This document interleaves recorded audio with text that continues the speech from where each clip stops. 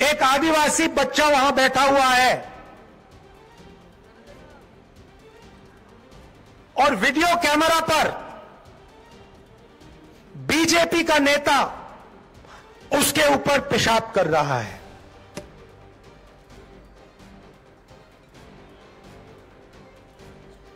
BJP की यह सोच है। हम आपको आदिवासी कहते हैं, वो आपको वनवासी कहते हैं कि जैसे हमने पिछली बार किया था वैसे ही हम फिर से छत्तीसगढ़ के किसानों का कर्जा माफ करने जा रहे हैं।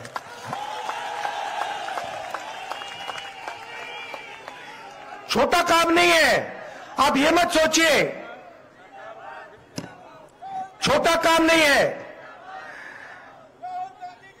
23,000 करोड़ रुपए 26 लाख किसानों को किसान न्याय योजना में हमने दिया।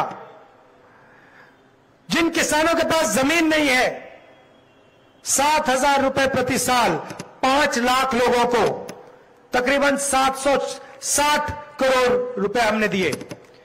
ये खोखले शब्द नहीं है भाई और बहनों,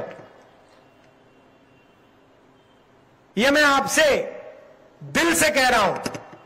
हम आपका कर्जा माफ करेंगे और हमने आपको दिखाया है। ये मैं पहली बार नहीं बोल रहा हूं, मैं दूसरी बार बोल रहा हूं और ये करके दिखा देंगे हम। अब देखिए, बघेल जी का मैं भाषण सुन रहा था और भाषण में उन्होंने कहा कि पहले बस्तर में आपके युवाओं के फेक इनकाउंटर हुआ करते थे। मुझे भी याद है, जब भी मौका मिलता था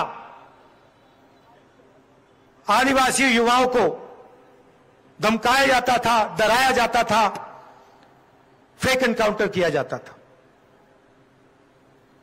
आप मध्य प्रदेश में आपने एक वीडियो देखा होगा, एक आदिवासी युवा बैठा हुआ है और बीजेपी का नेता उसके ऊपर पेशाब कर रहा है।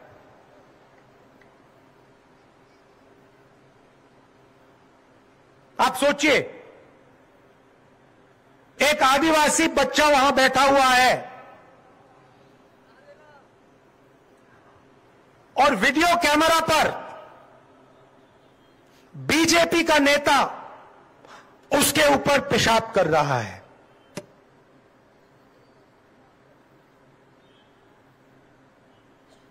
बीजेपी की यह सोच है। हम आपको आदिवासी कहते हैं, वो आपको वनवासी कहते हैं। आदिवासी शब्द में और वनवासी शब्द में बहुत फर्क है भाइयों और बहनों। आदिवासी का मतलब वो लोग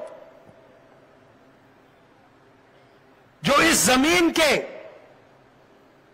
हिंदुस्तान के पहले मालिक थे।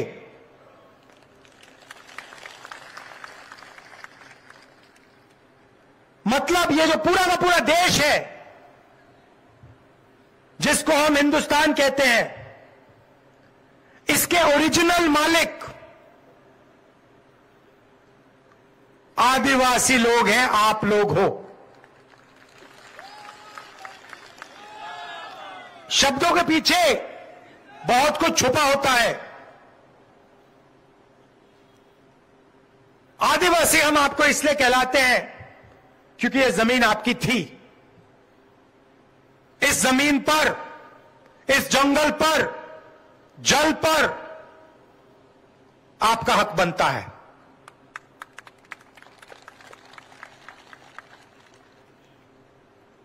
इसीलिए हम पैसा कानून लाए, इसीलिए हम आदिवासी बिल लाए, इसलिए हम आपकी जमीन आपको वापस लौटाते हैं, इसीलिए हम आपको आदिवासी कहते हैं। आपकी संस्कृति, आपकी हिस्ट्री, आपकी भाषा की हम रक्षा करते हैं।